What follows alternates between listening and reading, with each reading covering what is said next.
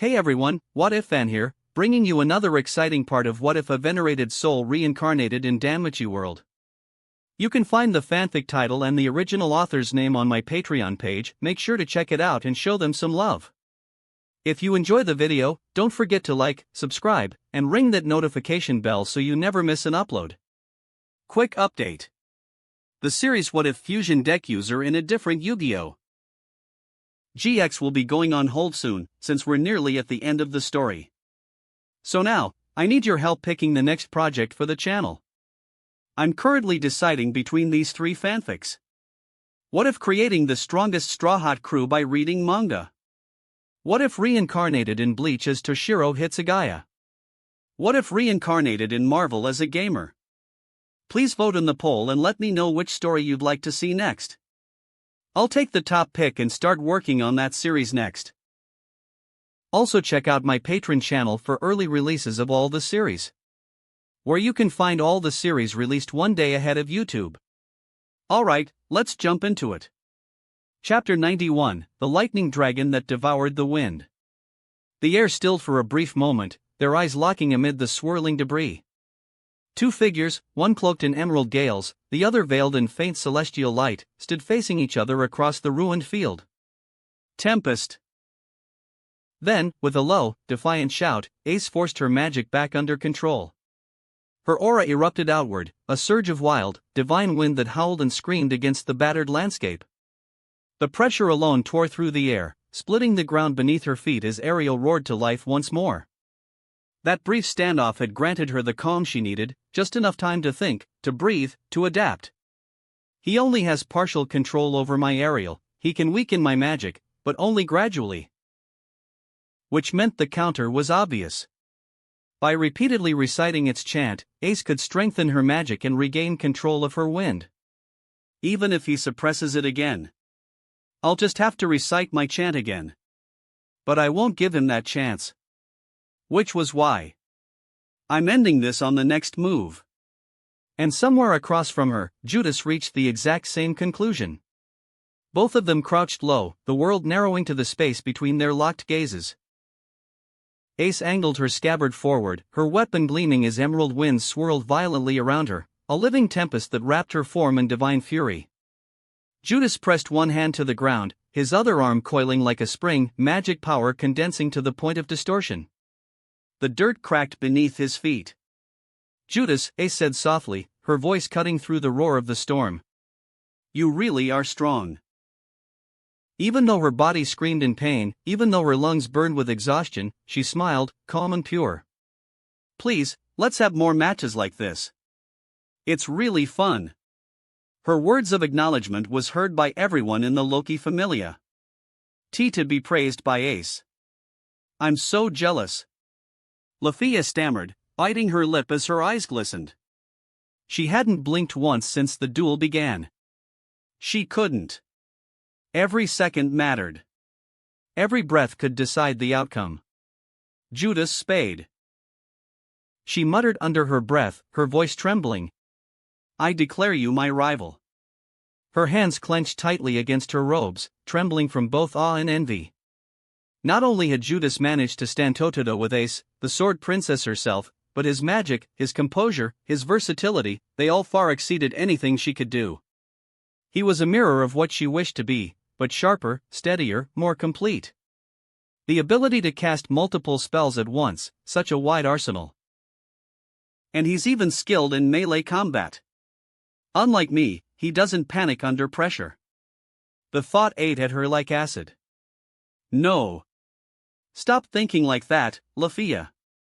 Comparing yourself will only drag you down. She exhaled slowly, forcing herself to focus. If there's one advantage I have, it's that I'm the disciple of Master Riveria, the greatest mage in all of Ororio. Her lips curved in quiet defiance. Oof. Let's see if he has a master that can rival mine.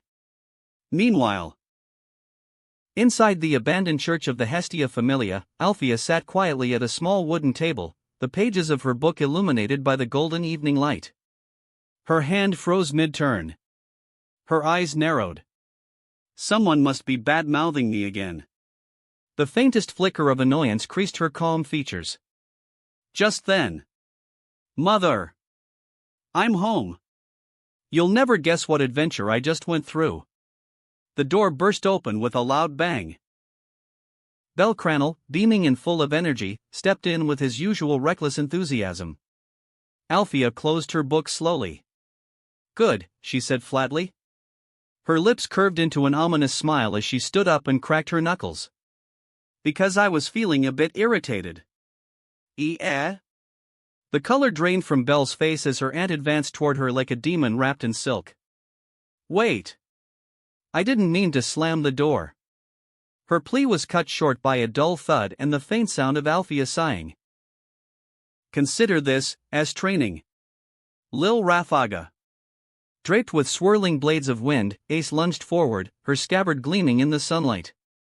The ground beneath her feet exploded from the sheer force of her takeoff, leaving a crater in her wake. This was no ordinary strike, this was her ultimate move. Judas felt it instantly. The air pressure shifted, the hairs on his arms rising as his instincts screamed danger. She's serious. And instead of retreating or guarding, Judas grinned. That quiet, infuriating grin of his stretched wider as he crouched low and charged straight toward her. Is he insane? Someone from the crowd shouted. If Judas gets hit by that, no matter how tough he is, he's done for. That's Ace's ultimate technique. Lil Rafaga. The same one that took down numerous floor bosses. Did he give up?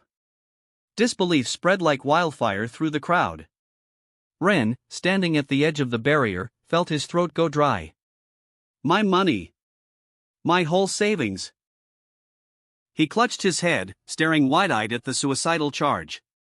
But amidst the chaos, the top members of the Loki Familia remained silent. Even if we don't know much about Judas, from what I've seen so far, he might look impulsive, but he's clearly the type who comes up with a plan as he fights. Finn spoke, eyes sharp, thumb pressed against his teeth. His analytical nature had already begun to decipher Judas' fighting style from this single bout. Focus. Even as a spiraling thrust of death hurtled toward him, Judas' heart remained calm, still as a lake. He closed his eyes and extended his left arm, palm open, reaching the highest level of concentration he could muster. Focus. He could feel it, the invisible green threads floating all around him, weaving through the air, intertwining like strands of fate itself. The instant he perceived them clearly, his eyes snapped open, purple fading into gold. Focus. Several voices echoed over his own, overlapping until it sounded as though many spoke through a single mouth. Stop. When his palm closed, the spiraling wind around Ace suddenly dispersed into motes of light. Ha! Ace's face twisted into confusion, her stance still poised for a thrust. Yet even though her magic had been nullified, the sheer momentum behind her strike remained. Her scabbard pierced forward, the impact slamming into Judas' left shoulder, shock rippling through his body.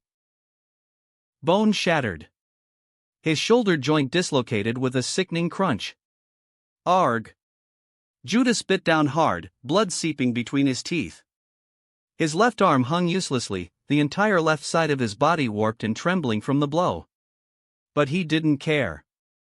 He clenched his right fist, lightning erupting and crackling around it. Wrath of the Celestial Titan.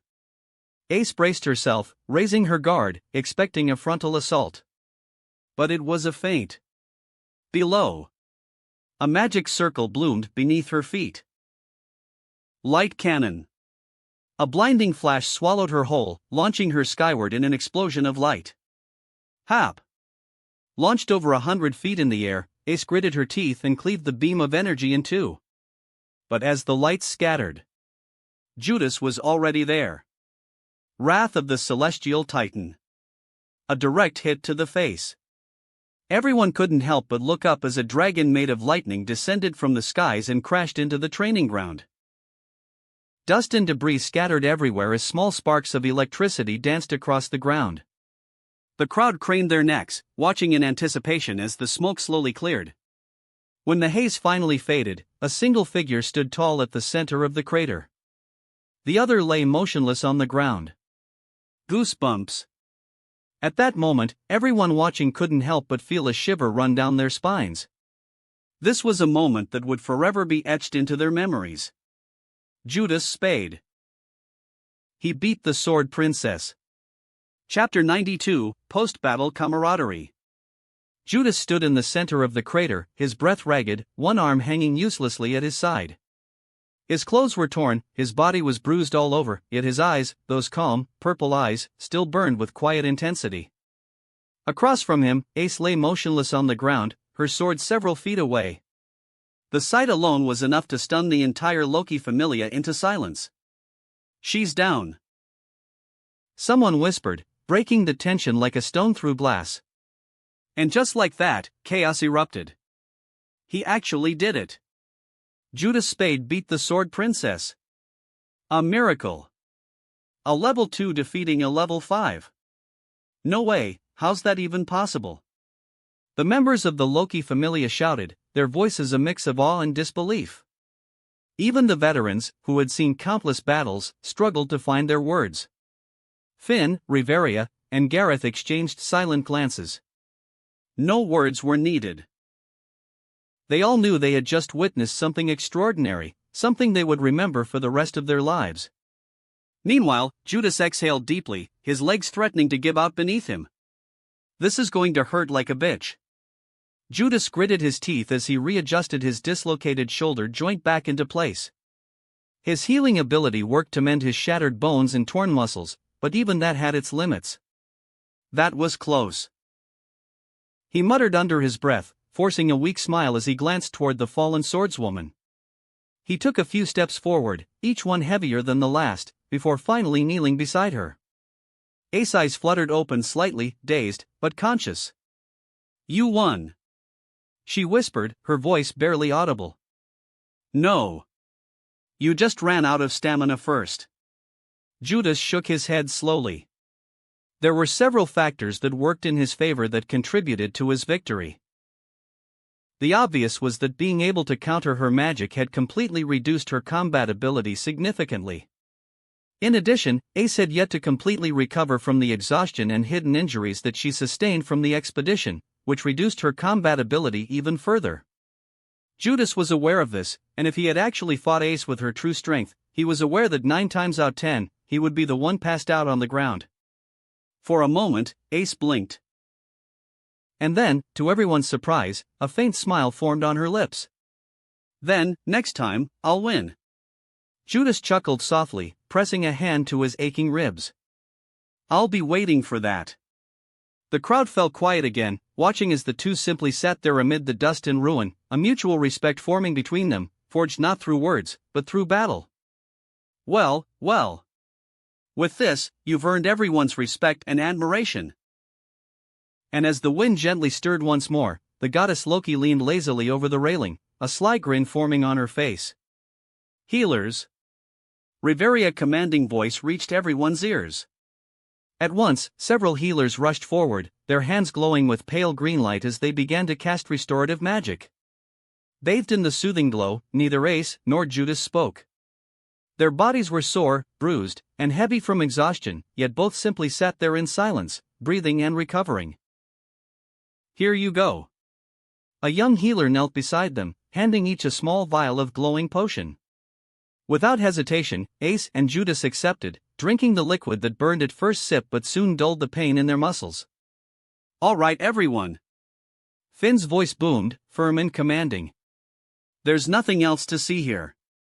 Return to your duties." The order was enough to scatter the crowd, though not before a wave of chatter and excitement broke out among the onlookers. "That was incredible. Did you see that lightning dragon? He actually beat the Sword Princess." Even as the adventurers dispersed, the air buzzed with energy, the other members could barely contain their gossip. "That was amazing." Tiona's voice came bright and full of excitement as she jogged up to them. Behind her followed the other executives of the Loki familia. Tiona, Riveria, Gareth, and the captain himself. There was also an amber-haired elf that was walking just a step behind them. "I can't believe you actually beat Ace." Tiona grinned, leaning forward with genuine amazement. "You were impressive. But not as impressive as our captain. Tione said, crossing her arms with a firm nod. All right, thanks, I guess? Judas replied with a crooked half-smile, unsure if that was a compliment or a warning. After the healers dismissed themselves with polite bows, Judas rolled his shoulders and stood up, brushing off the dust clinging to his tattered clothes. Need a hand? He asked, extending his arm toward Ace, who was still sitting quietly in the middle of the crater they'd made. Amen. Without hesitation, Ace reached up and took his hand. Her grip was light but steady. Judas pulled her to her feet with an easy motion, his palm brushing against hers for only a moment. Most of the others didn't think much of it. But for one particular elf, the scene was earth-shattering. Did Ace just hold his hand? Lafia's voice trembled as her face turned red, eyes wide in disbelief. Her heart practically jumped out of her chest. She clenched her fists. J. Judas Spade. I knew it, you are my enemy. The amber-haired elf pouted. Gwahaha. Seeing you two in action makes me want to drag my old bones back into the dungeon. Gareth's booming laugh filled the air, his large frame shaking as he slapped his thigh. Speaking of which. After the fight ended, Bet took off. Said he was heading to the dungeon. Tione said, glancing around the field. Figures. That guy never knows how to sit still. Finn sighed, rubbing the bridge of his nose. Good idea. Let's go too. I'm so pumped right now I feel like smashing a monster's face. Tiona threw her arms into the air, her eyes sparkling. Wait a minute, hold your horses. We just returned from the expedition. We still have things to do. Finn said sternly, raising a hand. Ah, bummer. Tiona deflated like a balloon, pouting exaggeratedly. Both of you. Riveria suddenly interjected, her tone motherly but firm. Take a proper bath. You're filthy from head to toe. Before Ace could even respond, Riveria grabbed a clean napkin and began gently wiping the dirt off her face. Don't come out until you're squeaky clean. She added with a small smile. Judas scratched his cheek awkwardly, watching the scene unfold. I must be seeing things.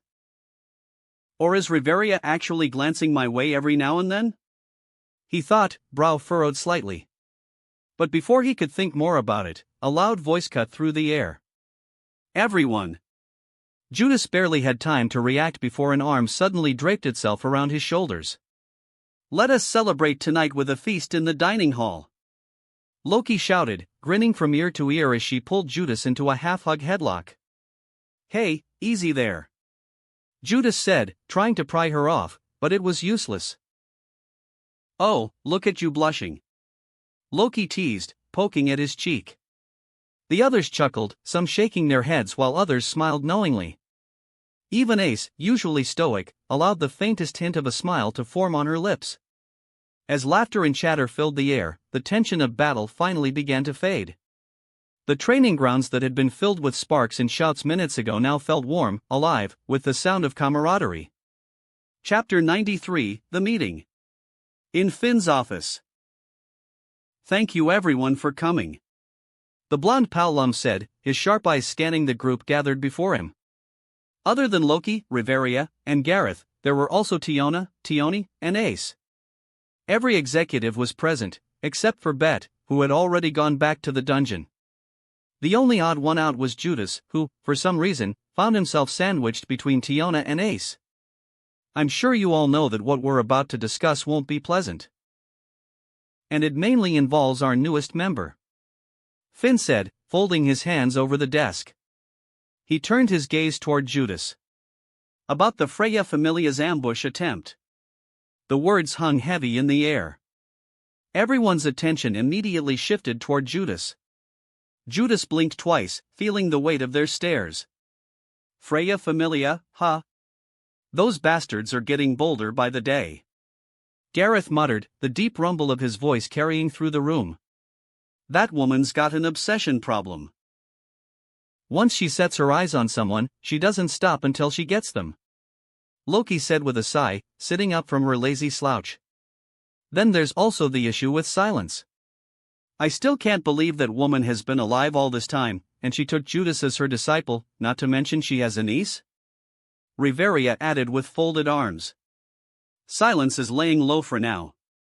She's not an immediate threat.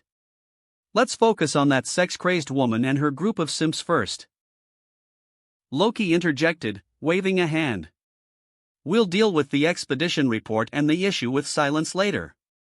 For now, I want everyone's opinions regarding Freya Familia's actions. Finn nodded, leaning slightly forward. At once, Tiona raised her hand, her expression fierce. Is there any need for further discussion? We should just barge into Folkvanger and beat everyone up, she declared, punching the air a few times. Unlike her sister, Tioni said nothing.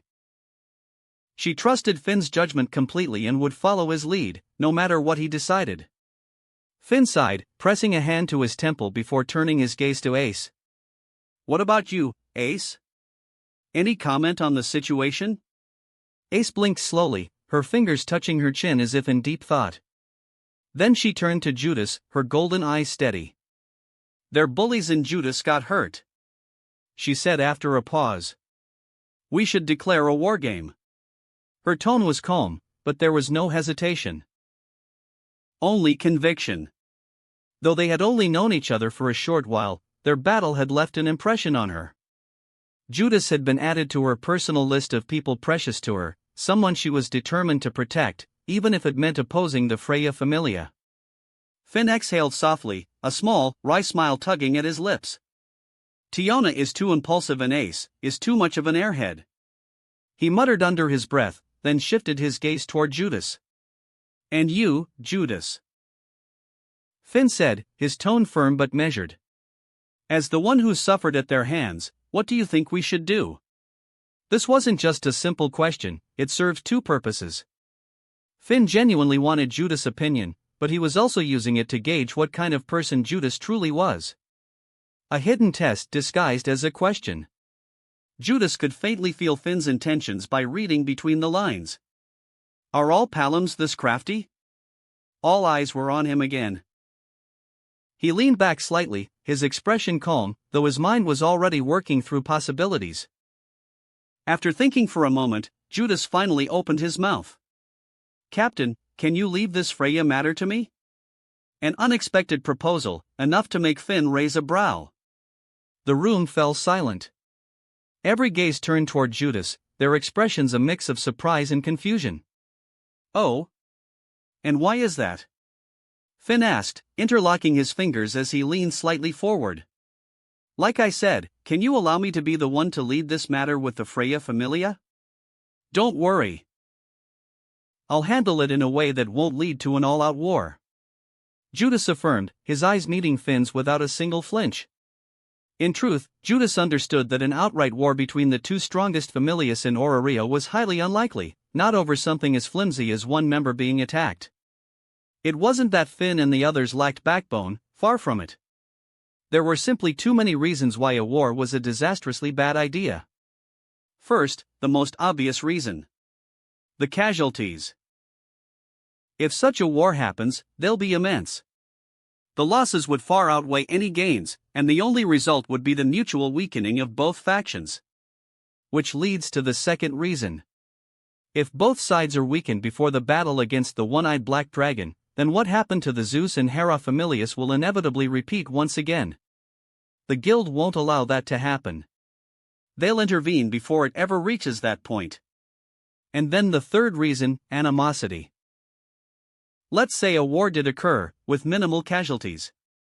The Freya Familia gets taught a lesson, the Loki Familia walks away victorious, and everything ends on what seems to be a positive note. A clean, happy ending, right? But what comes after that? Two familias already locked in a fierce rivalry would devolve from slight hostility into outright hatred.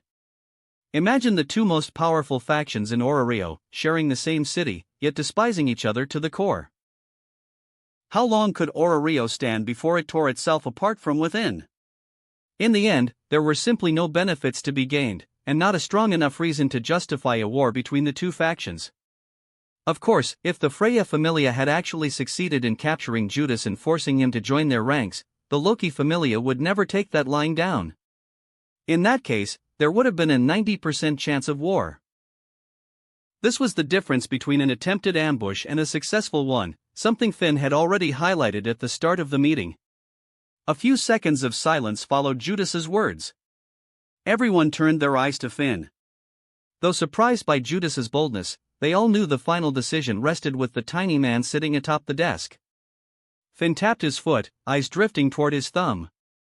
He felt no pain. No tingle. His instincts were quiet. All right. If you swear by your words, Judas, then I'll put my trust in you. Finn smiled and closed one eye. Finn. For the ever-rational and logical captain to entrust such a serious matter to a rookie, both Gareth and Riveria couldn't help but mutter in disbelief. Oh? What's the matter? Finn teased, noticing their reactions. The moment Judas displayed his ability against our ace, you all knew this was coming.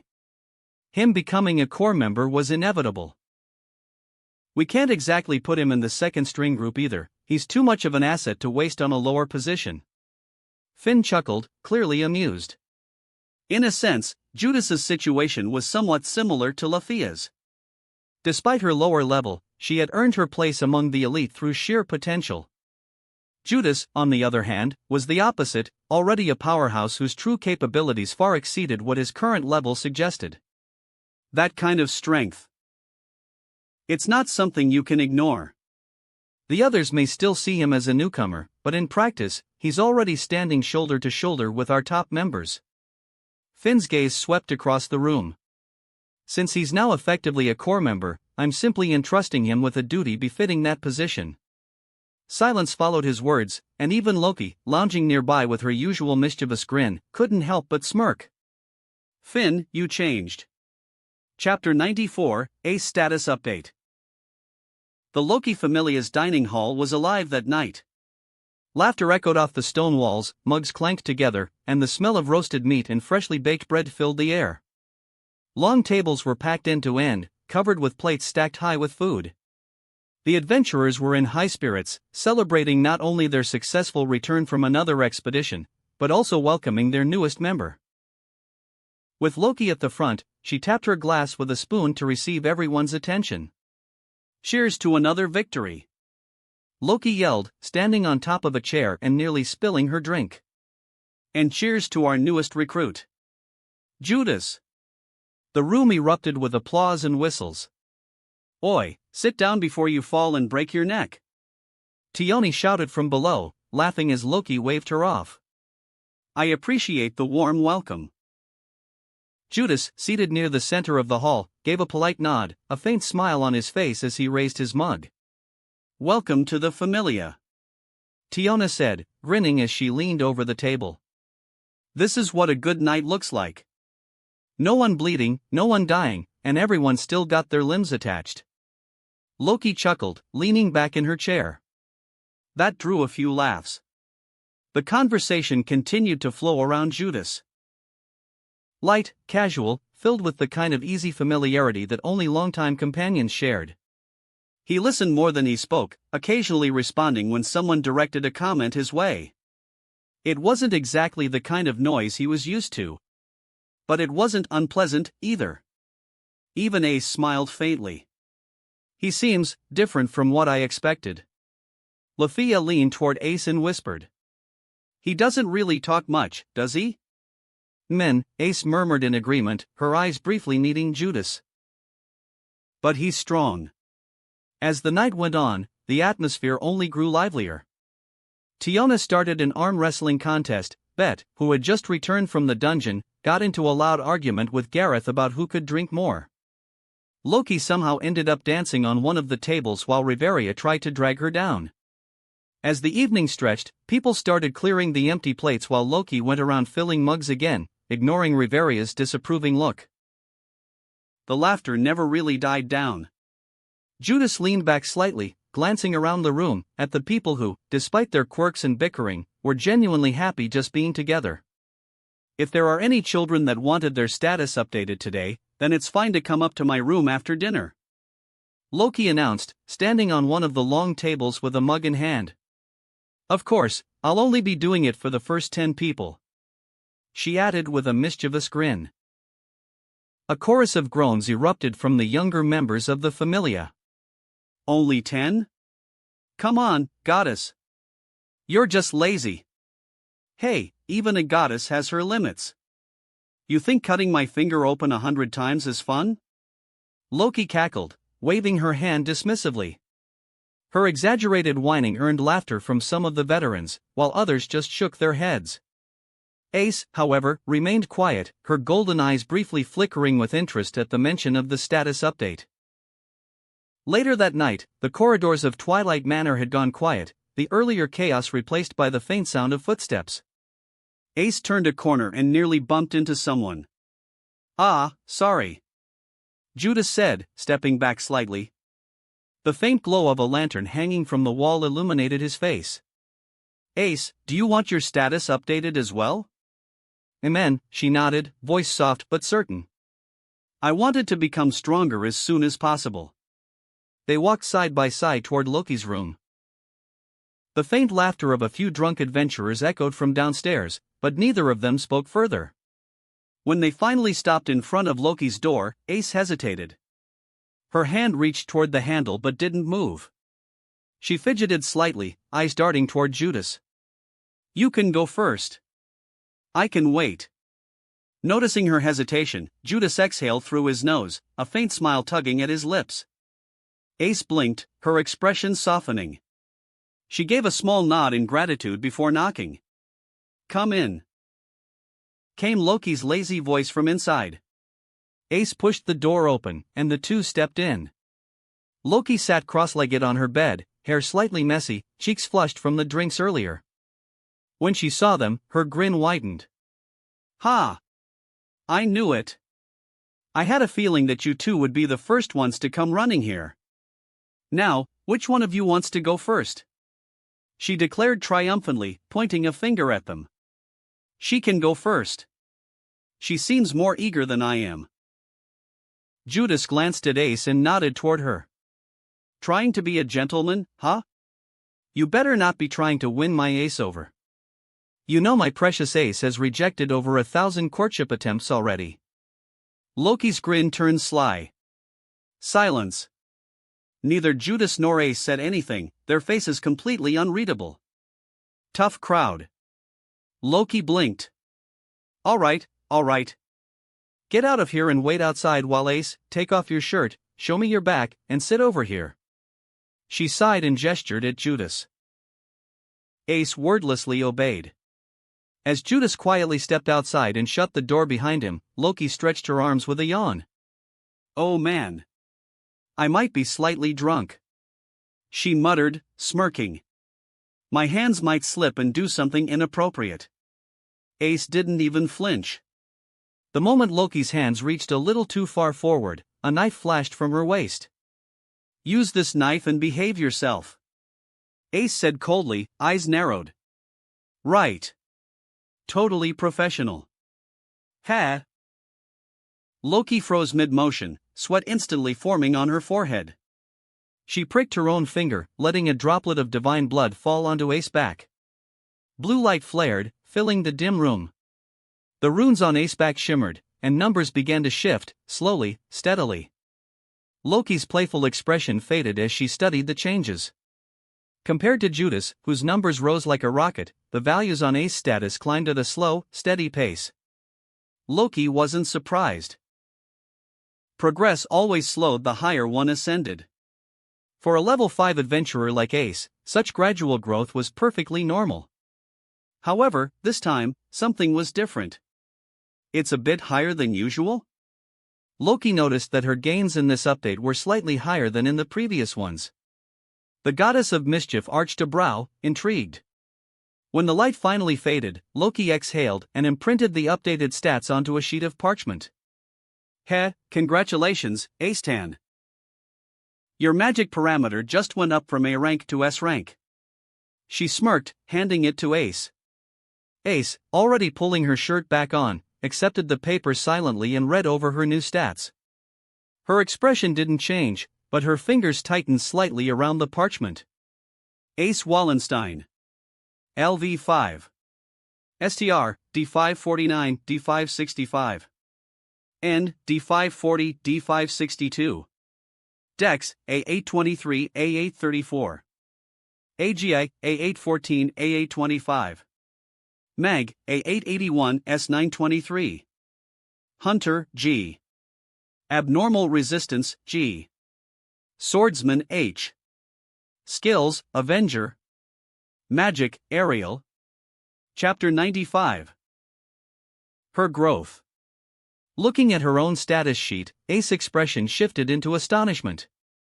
What is this? An increase of 102 status points. It might seem low, but it was actually far higher than her previous updates in the past year, where she usually gained only 15 to 20 points. It was no wonder she was surprised. This was the reality for most adventurers in the lower world. Such growth might seem slow, but it was perfectly normal. My magic grew so much, by 42 points. For Ace Wallenstein, who chased strength harder than anyone else, this was a great piece of news. What happened? She murmured under her breath, almost inaudible. Loki caught it anyway. Will you look at that?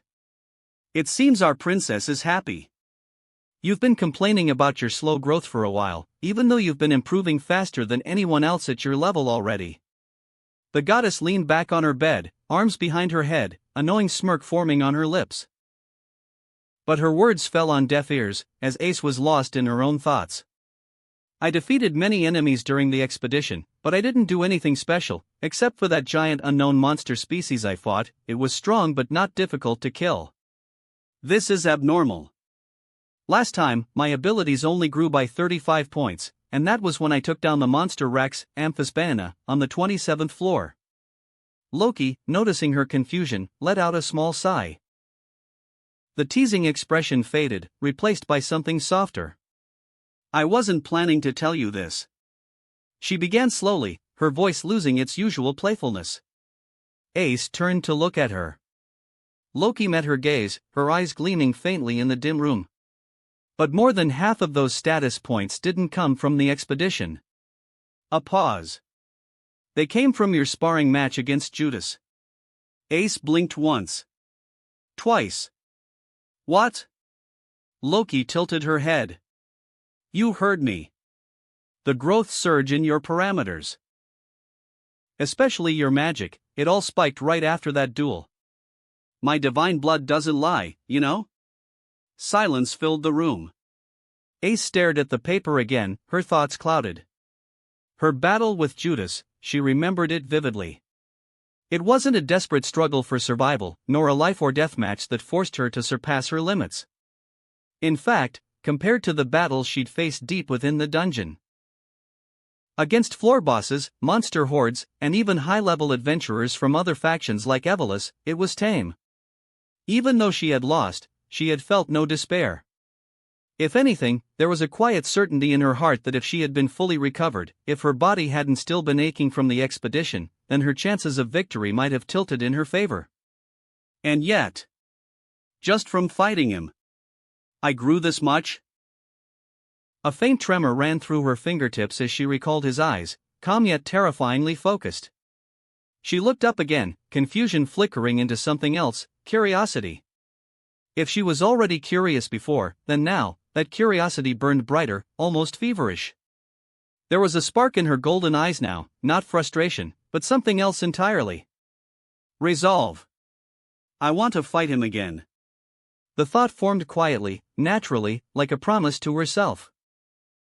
When she finally rose from the bed, Loki watched her with an irritated click of her tongue. Did I just help Judas win over my ace? The more she thought about it, the deeper her frown became. But compared to when she threw herself to the dungeon, risking her life desperate for even a slither of growth, this is much better. Although she didn't like it, for the sake of Ace's well-being, she didn't regret her decision. But just thinking about it made her want to pull her hair out in frustration. Right. Judas, from what I see, he seems to be the type who is not interested in stuff like that. She consoled herself as she watched Ace make her way to the door. When she opened it, the dim hallway light spilled in, and Judas was still there, waiting patiently. Done already? He looked up from where he was leaning against the wall. It's your turn. Ace nodded, stepping aside. Thanks.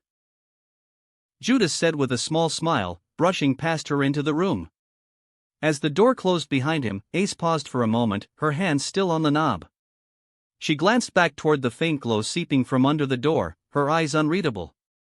Should I tell him about my past? The thought echoed faintly in her mind as Ace lingered in the dim corridor outside Loki's room. When they first met, she had a faint feeling that he was like her. But after seeing him control her wind during their duel, that feeling turned into certainty.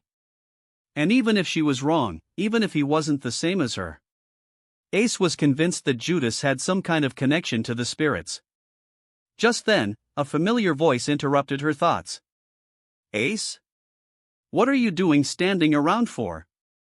Turning her head, Ace saw Tiona and Tioni walking toward her with their usual energy, a few younger members of the Familia trailing behind them. You must want to get your status updated too, huh? Tiona said with her usual cheerful grin. Everyone, I've already finished mine. I was just about to go back to my room and rest. Ace shook her head lightly. Ah, really? That was fast. Tiona blinked, surprised. The golden-haired girl gave a small, polite nod before walking past them, her expression calm but her steps faintly lighter than before. Watching her leave, Tiona leaned toward her sister. Hey! Is it just me, or does Ace seem like she's in a good mood? Tioni crossed her arms and nodded. Yeah, she must have been happy with the results of her update.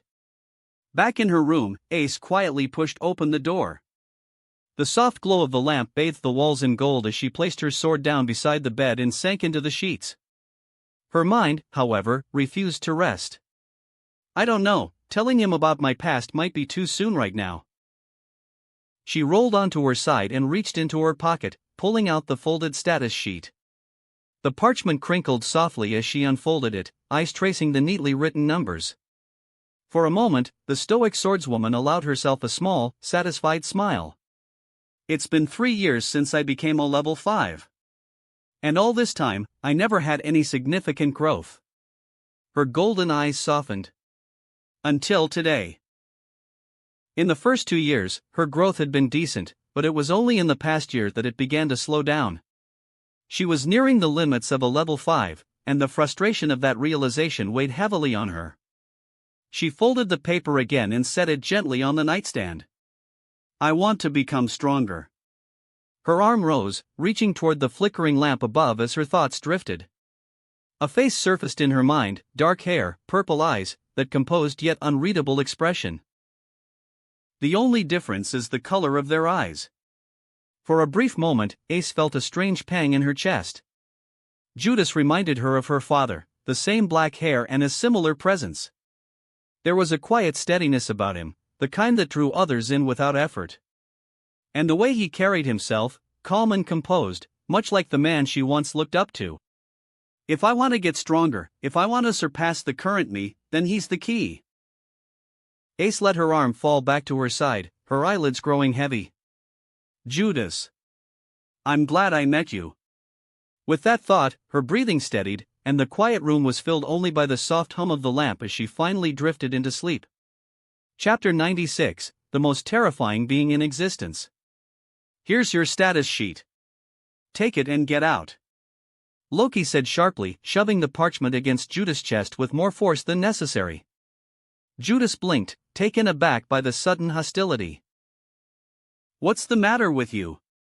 He asked, one brow arched, his tone more puzzled than annoyed. Tisk, just read your status and leave. There are other people waiting outside. Loki snapped, crossing her arms and turning away with a dramatic huff. She refused to meet his eyes. Judas frowned slightly, still holding the parchment. Right. He muttered, unsure what had triggered her attitude. With a resigned shrug, he unfolded the sheet and began reading. Judas Spade. LV2. STR, D599, A888. End, C651, S997. Dex, C612, S918. AGI, C618, A890. Mag, S901, SSS 1153. Mage I. Skills, The Blessing of the World Tree. Elemental Master. Eternal Persistence. The Venerated One. Penitent Executioner. Magic, Otherworld Thaumaturgy 5th tier. Body Reinforcement. Judas silently did the math in his head. A combined increase of over 1,500 points, most of his parameters had ranked up 3 times since the last update. Most of these probably came from training with Althea. He thought, recalling the grueling sessions he had with that silver-haired woman. There was also his victory in the sparring match against Ace, which earned him a decent amount of Excelia. Still, one thing stood out. The huge increase in his endurance stat. The only parameter that surpassed it in growth was magic, which continued to dominate his status page. My endurance is almost at SS. I don't know if I should be proud or concerned, he thought, tapping his chin with a finger. Well, I'm off. He sighed, folded the parchment neatly, and handed it back to Loki. Shoo, shoo.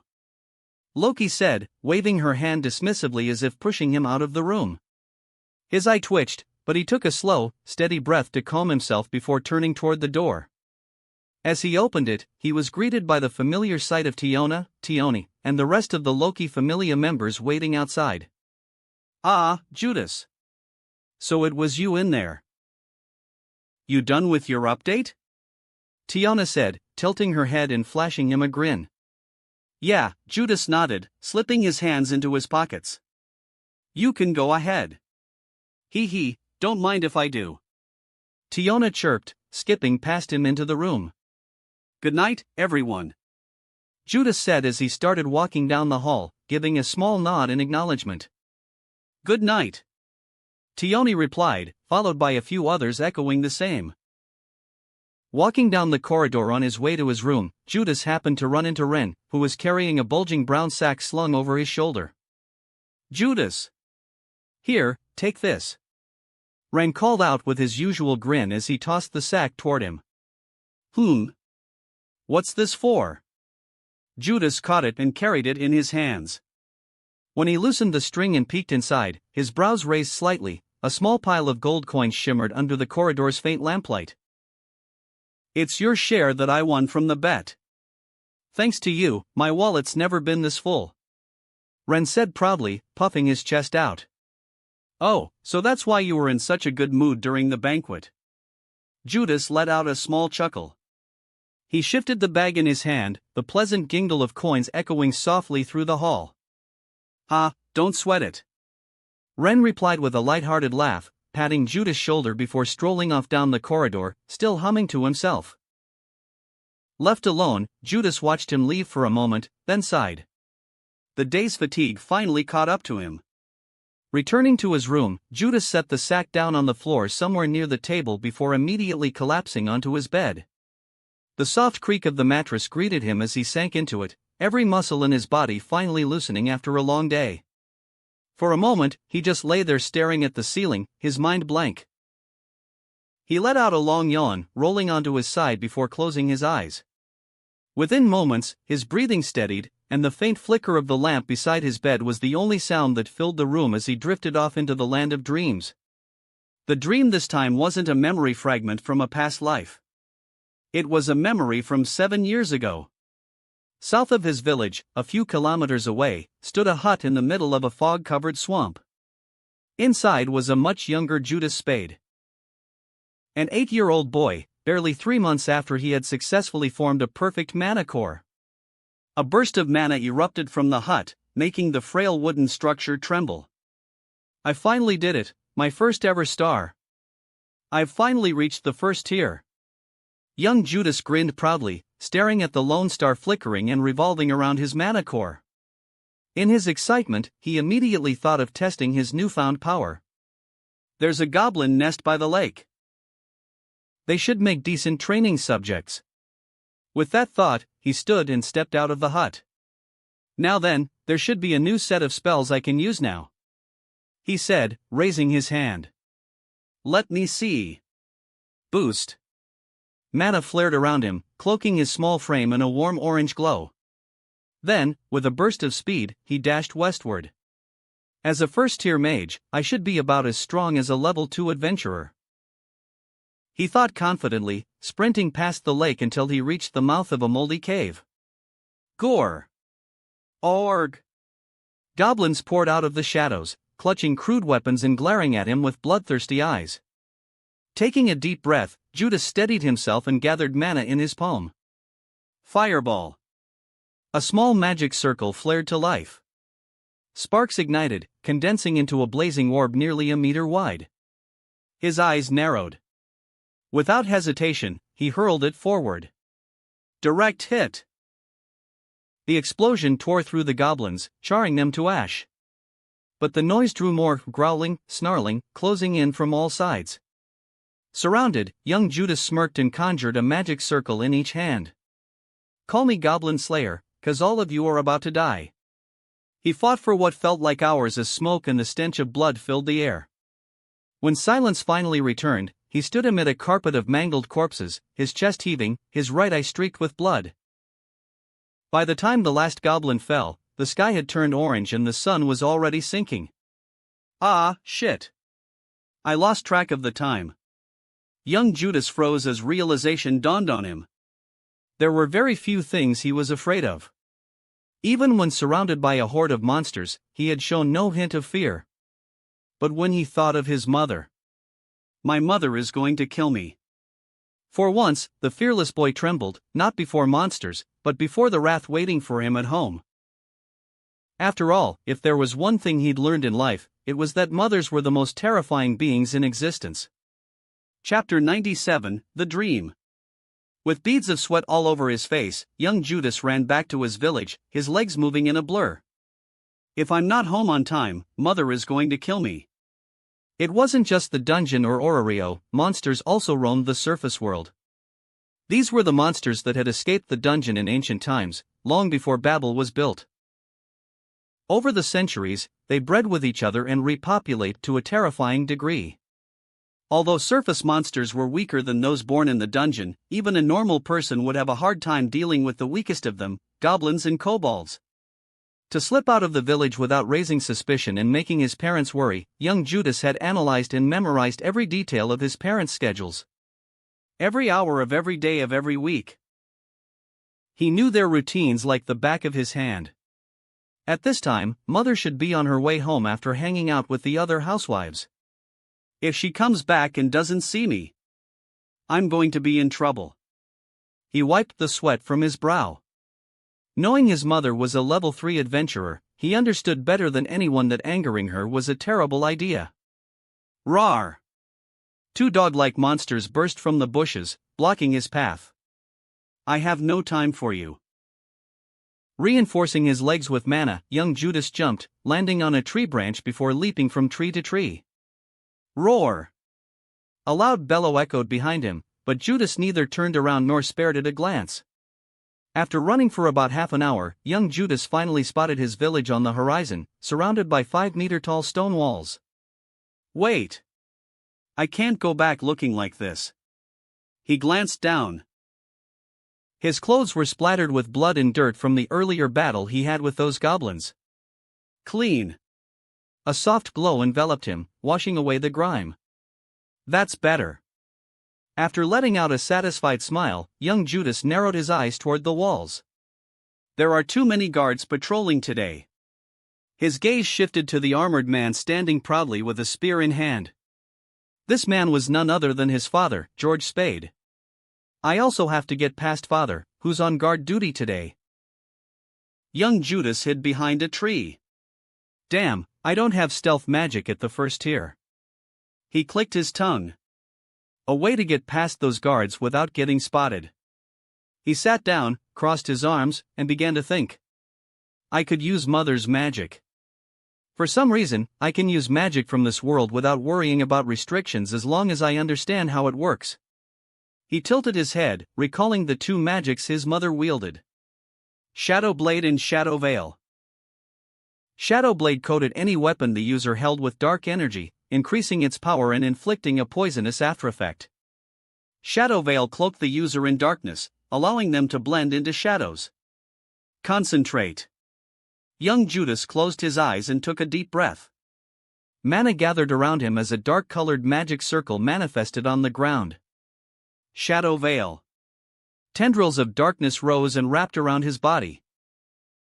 Hidden, he crept forward and vaulted over the wall, slipping past both the guards and his father unnoticed. George heard a faint rustle behind him. He spun around, spear raised. Am I hearing things? Seeing nothing, he frowned and relaxed. Must have been the wind. He turned back around and walked away. That was close. Judas, pressed under the shade of a tree, wiped a bead of cold sweat from his forehead. He brushed dirt from his palms and sprinted off. I think I'm in Mr. Vestergaard's backyard. He looked around. My house should be in that direction. Blending into the shadows, he moved quietly, avoiding the villagers who were still out and about.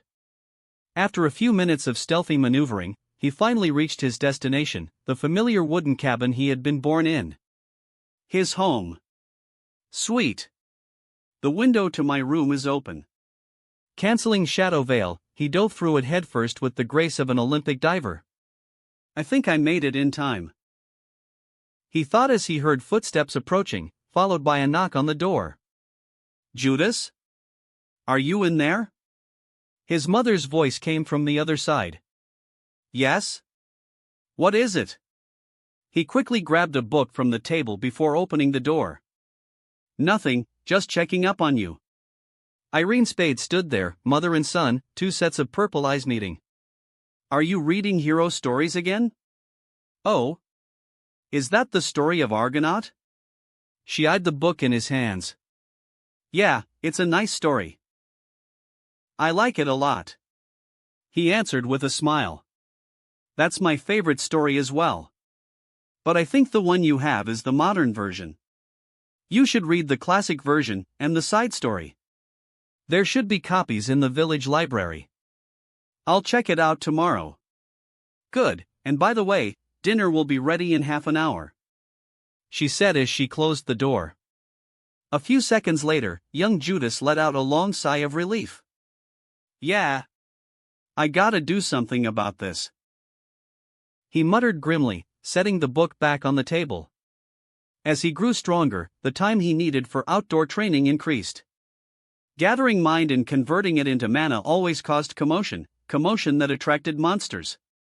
That was why he always liked training in remote areas, preferably far from the village. But disappearing every single day would only make his parents more suspicious.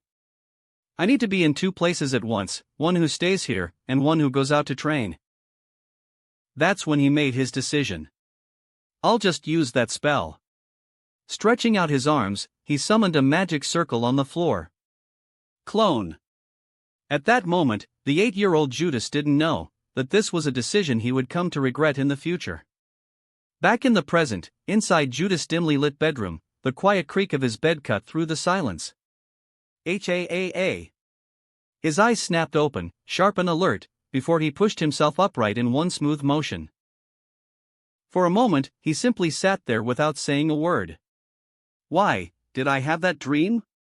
He raised a hand to his forehead, fingers brushing over the thin sheen of sweat trailing down the side of his face. A sudden ringing shattered the stillness. His magic stone-powered alarm clock buzzed insistently on the bedside table. It's already 4 a.m. Judas exhaled slowly, shoulders dropping. He reached over and tapped the button, silencing the device. With a soft sigh, he swung his legs off the bed and rose to his feet. I better get ready for today. He headed toward the bathroom, washed his face, and brushed his teeth. After slipping into his usual training gear, he was just about to head out when he heard footsteps approaching. Turning around, he found himself staring into a pair of golden eyes. Ace? Chapter 98, Alphea's Struggle. As the moon hung high over the night sky, its pale light washed over the rooftops of Orario, mingling with the warm glow of magic lamps that lined the cobblestone streets. The city was quieter now, its usual bustle softened to murmurs and footsteps echoing between stone walls. Merchants were shuttering their stalls, while a few late-night adventurers made their way toward taverns or home, their armor clinking faintly under the gentle breeze. In the abandoned church, Belle Crannel sat quietly on the worn couch, her shirt off as the faint blue glow of divinity filled the dim space. The air shimmered with energy as Hestia's divine blood merged into the runes on her back, the symbols dancing and rearranging themselves. The light painted the cracked walls and wooden beams in shifting hues of blue and white until, at last, it began to fade. Hestia exhaled, relief mixing with pride, as she grabbed a nearby parchment and began copying the glowing runes. When the last symbol vanished, she wiped a small bead of sweat from her brow and turned to her child with a bright grin. "Here you go, Belle, your updated status." Her cheerful voice filled the quiet room as she proudly held out the parchment, her twin tails bouncing with her enthusiasm. Belle Crannel. LV1. STR, H172, D524. And G252, C640. Dex, H181, D538. AGI, G223.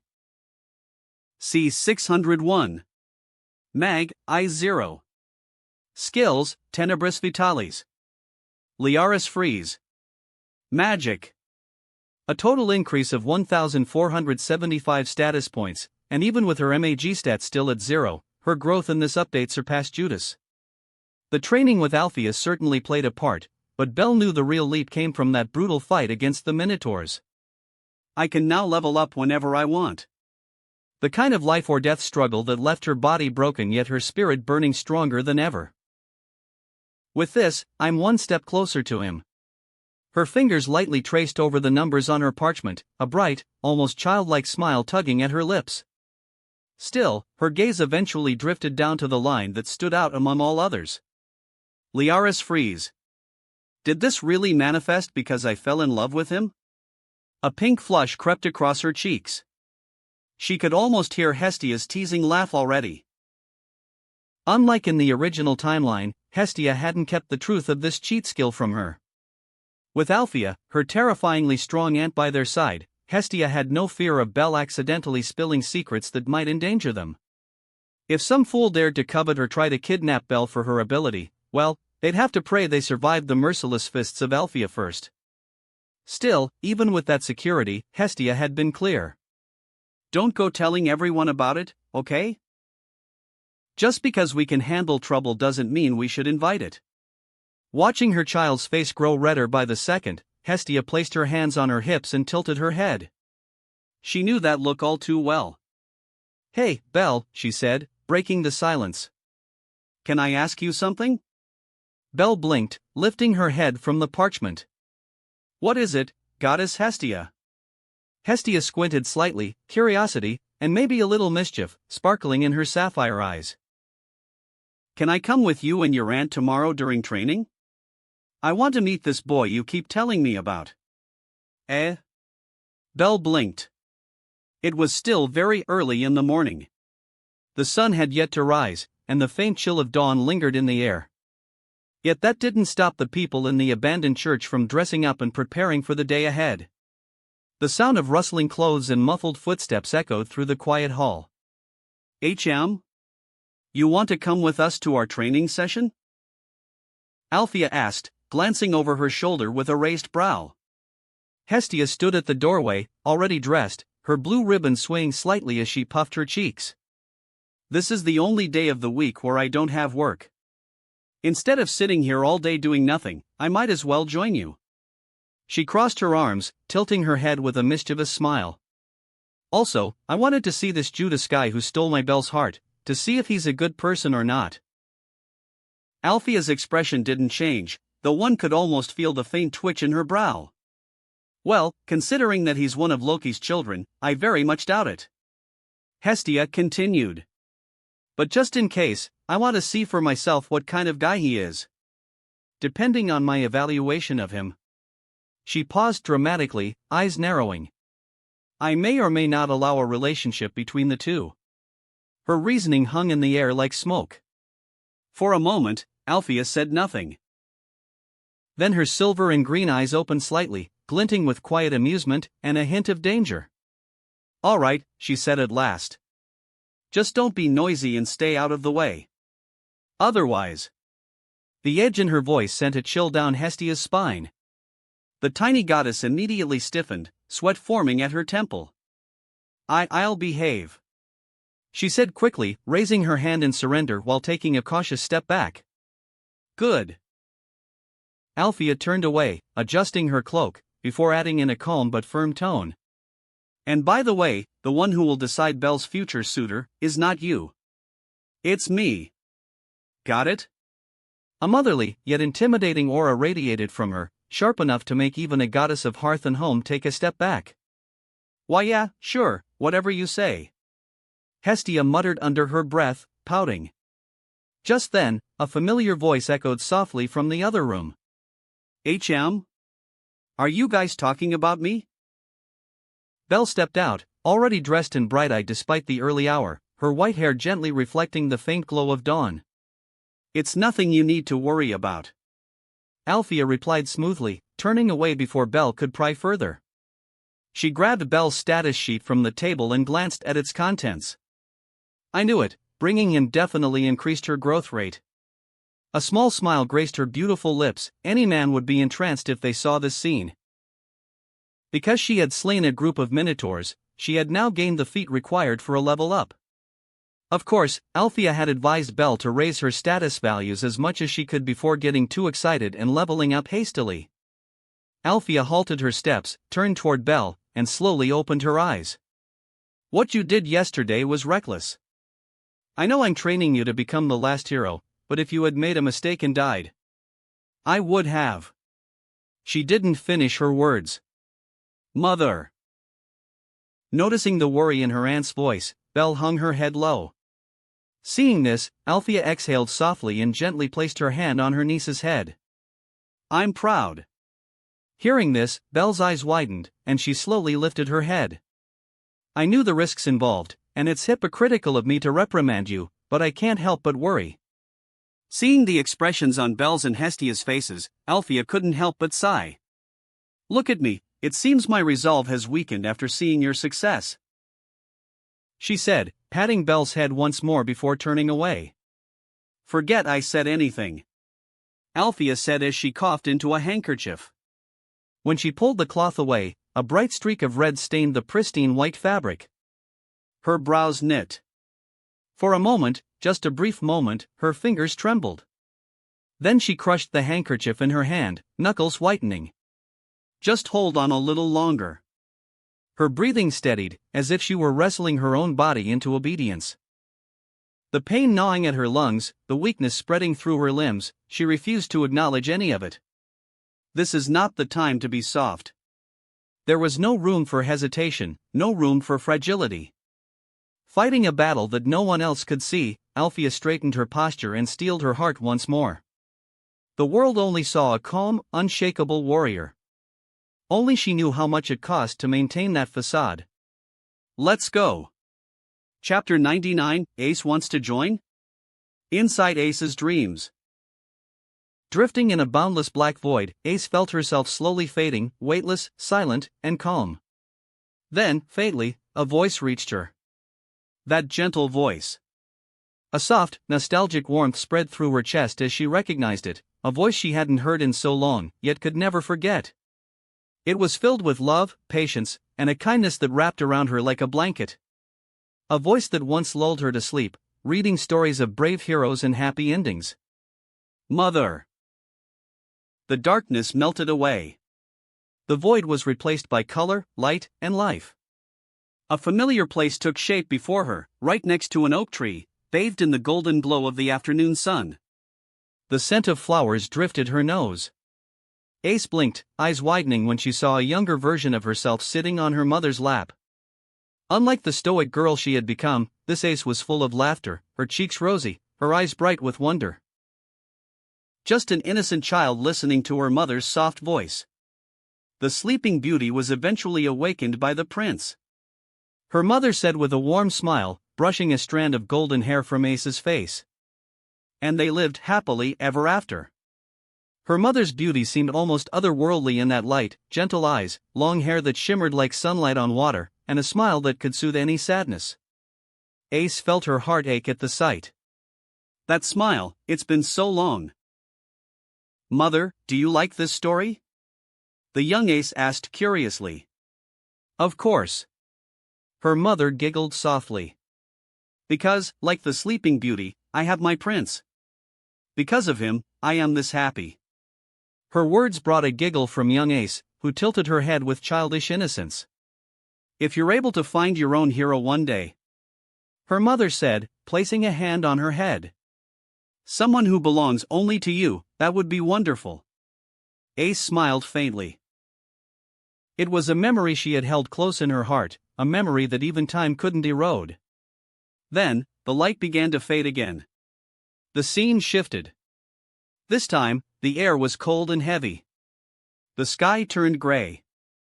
Young Ace stood trembling before a monstrous creature, its growls low and menacing, its shadow looming over her small frame. Fear rooted her in place, her body refused to move. Then, a familiar figure appeared between her and the beast. You all right, my little Ace?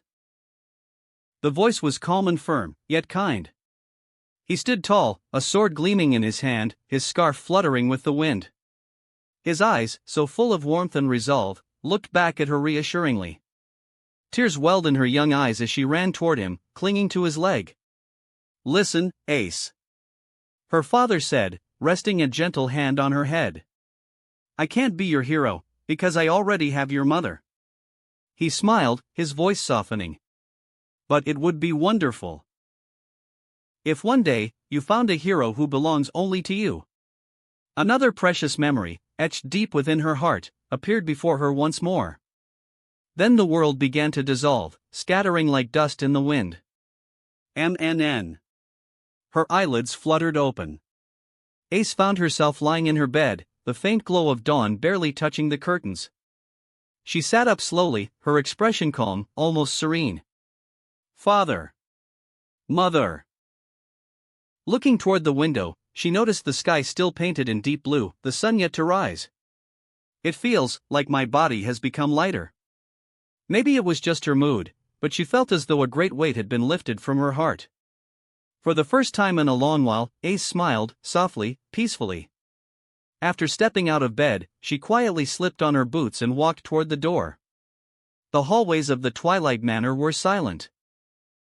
Only the faint creaks of wood and the distant hum of mana stone-powered lamps filled the air. Most of the members were still asleep, their rooms dark and still. Water. She headed toward the kitchen, her steps light and soundless. She wasn't expecting to run into anyone this early. The quiet felt almost sacred, until her sharp hearing, enhanced by her level 5 blessing, picked up the sound of footsteps approaching from the opposite hall. Ace turned the corner. Judas? She blinked, tilting her head slightly, her usual calm expression softening in surprise. Ace? Judas muttered as their eyes met, neither of them speaking at first. Was it because of him that I was able to dream about my past? Ace lowered her gaze for a moment. As the memory of her dream drifted through her thoughts, a small, fragile smile formed on her lips, one that she rarely showed. Thank you. Her voice was soft, almost hesitant, but sincere. You're welcome? Judas replied, blinking in confusion. He had absolutely no idea what she was thanking him for, and the way she was staring at him now only made him more puzzled. Ace didn't clarify. Instead, she took a small step closer. Are you heading out to train? She asked. Yes, he replied simply. Didn't I already mention it during the meeting? I'm training with Althea from the Hera Familia, remember?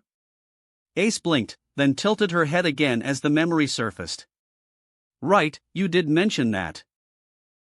She also tried to recall anything she knew about this woman named Althea. I feel like I've seen her before.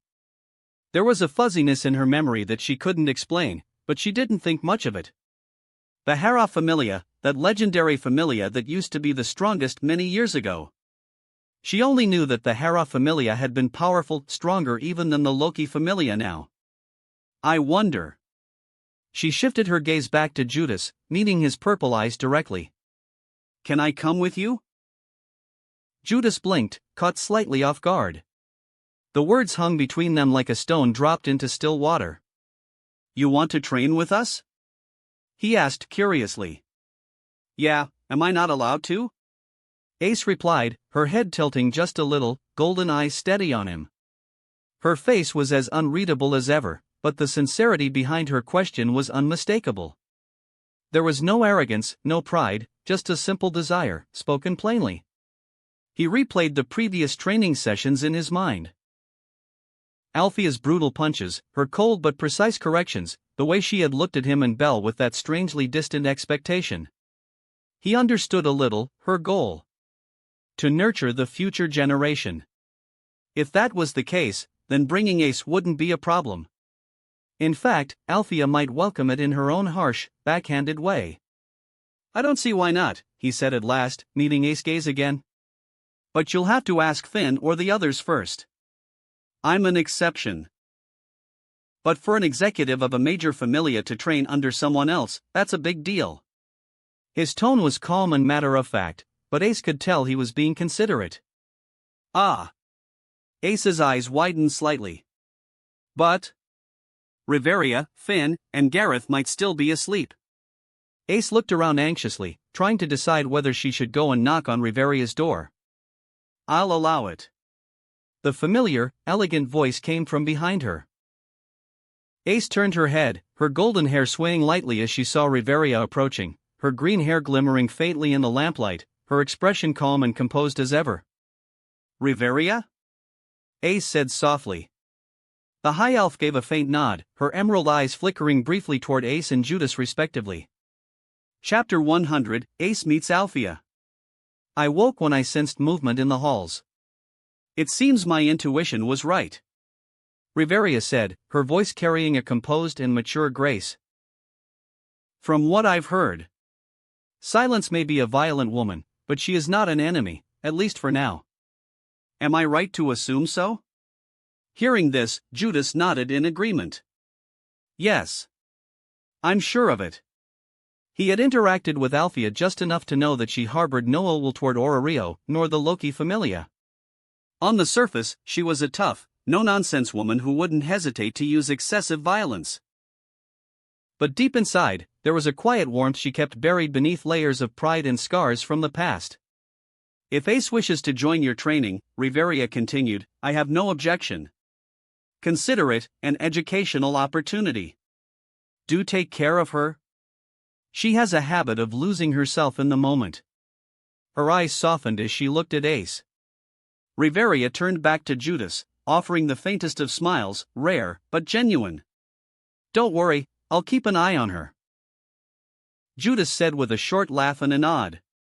Oh, and Judas, if you are free, can you come and meet me in the library this late afternoon? Riveria's sudden request made Judas raise his brow. HM? Sure, but may I ask the reason why? Hearing his question, Riveria folded her arms lightly and spoke with composed clarity. As a fellow mage, your unconventional methods and the nature of your magic intrigue me, to say the least. She let that hang in the air for a moment before meeting his eyes directly. There was no hostility, just sharp, scholarly interest burning beneath her calm expression. Would it be all right if I studied your magic? Her tone was even, but the slight quickening in her voice betrayed her excitement. There was no helping it. The moment Judas revealed his abilities as a mage, Riveria's innate curiosity flared to life, and the urge to drag him straight into one of her study sessions took root. Riveria Ljo's elf, the high elf who was hailed as Aurario's greatest mage, felt her curiosity flare so strongly she nearly dragged him away on the spot. Yeah, sure. Judas said after a brief pause. I wasn't planning on diving into the dungeon today anyway. I'll drop by once Althea's done killing me with her training. Good, and thank you in advance. Riveria nodded, her gaze lingering on him just a fraction longer than usual, as if already analyzing him in her mind. Ace stepped forward and dipped her head gratefully. Riveria, thank you. The elf softened. Just come back in one piece. Her gentle smile followed them as they walked past, watching their backs fade into the distance. So this giant crack is the result of your clash with Althea, right? Ace commented as she looked up at the eastern wall, her golden eyes tracing the jagged fissures that ran along the stone surface. Even under the morning light, the damage was unmistakable. Yeah, right after that bye. Judas caught himself mid-sentence, clearing his throat. I mean, that woman dragged me all the way here from the middle of the city. As they drew nearer, the faint sound of hammering echoed through the air. A group of workers were already at the base of the wall, their hammers and chisels clinking rhythmically as they replaced shattered stone and reinforced weakened sections. The smell of dust and freshly mixed mortar filled the breeze. This way, Judas said, veering toward a smaller path that curved behind the scaffolding. His tone was casual, but Ace could sense that he was deliberately avoiding the crowd's curious eyes. She followed him silently, her footsteps soft and measured. After a while, Judas spoke again, his voice breaking through the steady sound of their boots against stone. So, Ace, aren't you going to ask why I was able to take control of your wind? Ace blinked, slightly caught off guard by the question. They were halfway up a narrow staircase now, the wind brushing against their faces as the city slowly unfolded below. I am curious. She admitted, fingers brushing the hilt of her sword absent-mindedly. But, that's your secret, right? Just like how I have mine. I didn't want to pry. Her voice was soft, almost hesitant. You're surprisingly considerate. Judas glanced over his shoulder, a hint of surprise in his eyes. I just know what it feels like. When someone asks about things you're not ready to talk about, she said, her gaze drifting toward the horizon. Judas could sense the sincerity in her tone. He turned his eyes forward again, the faintest of smiles crossing his lips. The two continued their climb in silence, comfortable, unforced silence, until they reached the top of the wall. The morning wind greeted them, strong and clear, carrying with it the faint scent of dew and stone dust. Below them, Rio stretched endlessly, its streets beginning to stir with life once more. And though neither of them said it out loud, the view, the moment, and the unspoken understanding between them felt strangely perfect. So you got here before us. A feminine voice rang through the quiet air. The sound of measured footsteps followed, boots clicking softly against the stone floor. And I see you've brought an uninvited guest. There was something unsettling in her tone. A strange blend of warmth and coldness, like fire hidden beneath ice. Both Judas and Ace turned toward the source of the voice. Althea approached them with her eyes closed as usual, her silver hair swaying gently in the breeze. Despite her calm gait, an invisible pressure radiated from her presence, the kind that made even seasoned warriors feel small. So this is Althea the Silence, the woman who used to beat up Riveria in the past. Ace swallowed hard. A bead of sweat trickled down the side of her face. Just from the aura alone, that quiet, suffocating power she exuded. Ace instinctively knew. This woman was dangerous, far beyond anyone she knew. Probably as strong as father's companions. She thought, her golden eyes narrowing. Then her gaze shifted slightly and caught sight of a familiar face standing just behind Althea. Belle Crannel. Hearing directly from Judas' words, she already knew that the white-haired girl was Althea's niece. That would certainly explain how she was so skilled despite being a newcomer. And then, another figure emerged from behind them, stumbling, panting, and nearly tripping over the last step. A goddess? Ace realized instantly. Wait. Judas said there would only be two of them. Mortals in Danmachi had the innate ability to distinguish whether someone was a deity or not. A god or goddess emitted a unique aura that mortals could sense. For most deities, this hidden aura was something they could not conceal no matter what. However, there were a few chief-level gods who could mask their presence and disguise themselves as ordinary people, examples being Zeus, Odin, and even Kali. This was why Bel, in the original anime, never suspected his grandfather to be a god, even though he had lived with him throughout his entire childhood. Why do you guys climb those stairs so frickin' fast? You almost left me behind. Hestia wheezed, clutching her chest dramatically. You guys have no consideration at all. She continued, flailing her arms until Belle quickly stepped forward to help back on her feet. It's fine, goddess. Please, take a breather, she said softly, offering her a towel and wiping away some sweat from her brow. Once Hestia had calmed down, Belle lifted his gaze, only to freeze when she spotted someone familiar. Ha! Is that Ace Wallenstein? She blurted, eyes wide in surprise. Having only met her the day before, she hadn't expected to run into her again so soon. Mind telling me why you brought her with you, my dear disciple? Althea's voice cut through the brief silence. Judas met her half-lidded gaze calmly. She wanted to join today's training. And since you never said I wasn't allowed to bring anyone along, I figured it was fine. Ace shifted slightly under the exchange, her fingers brushing the hilt of her sword as Althea's attention turned toward her. You seem familiar, Althea murmured. Her eyes opened slightly, revealing her gray and green gems hiding behind her eyelids. Wait a minute. You've grown a lot, so I didn't recognize you right away, Althea said softly. But are you the girl of the dungeon? Ace froze, her pupils trembling. Exclamation point. Girl of the dungeon? What is Althea talking about? Judas' brows furrowed in confusion. I see. I get it. I'm not sure how things were done, though, Althea said at last, crossing her arms. It was the Loki Familia that managed to get you. No wonder Aurenas wouldn't give up on Machia. Althea muttered to herself, seemingly ignoring the confused looks everyone was sending her way. Well, it doesn't matter. My goal hasn't changed, Althea said, turning her back to them with an air of indifference. However, there are some things I will have to set in order and add a few rules, she added, and then her figure flashed, vanishing into thin air. Shit! Judas sensed the danger and instinctively crossed his arms to defend. In an instant, Althea appeared in front of him, her arm already cocked back.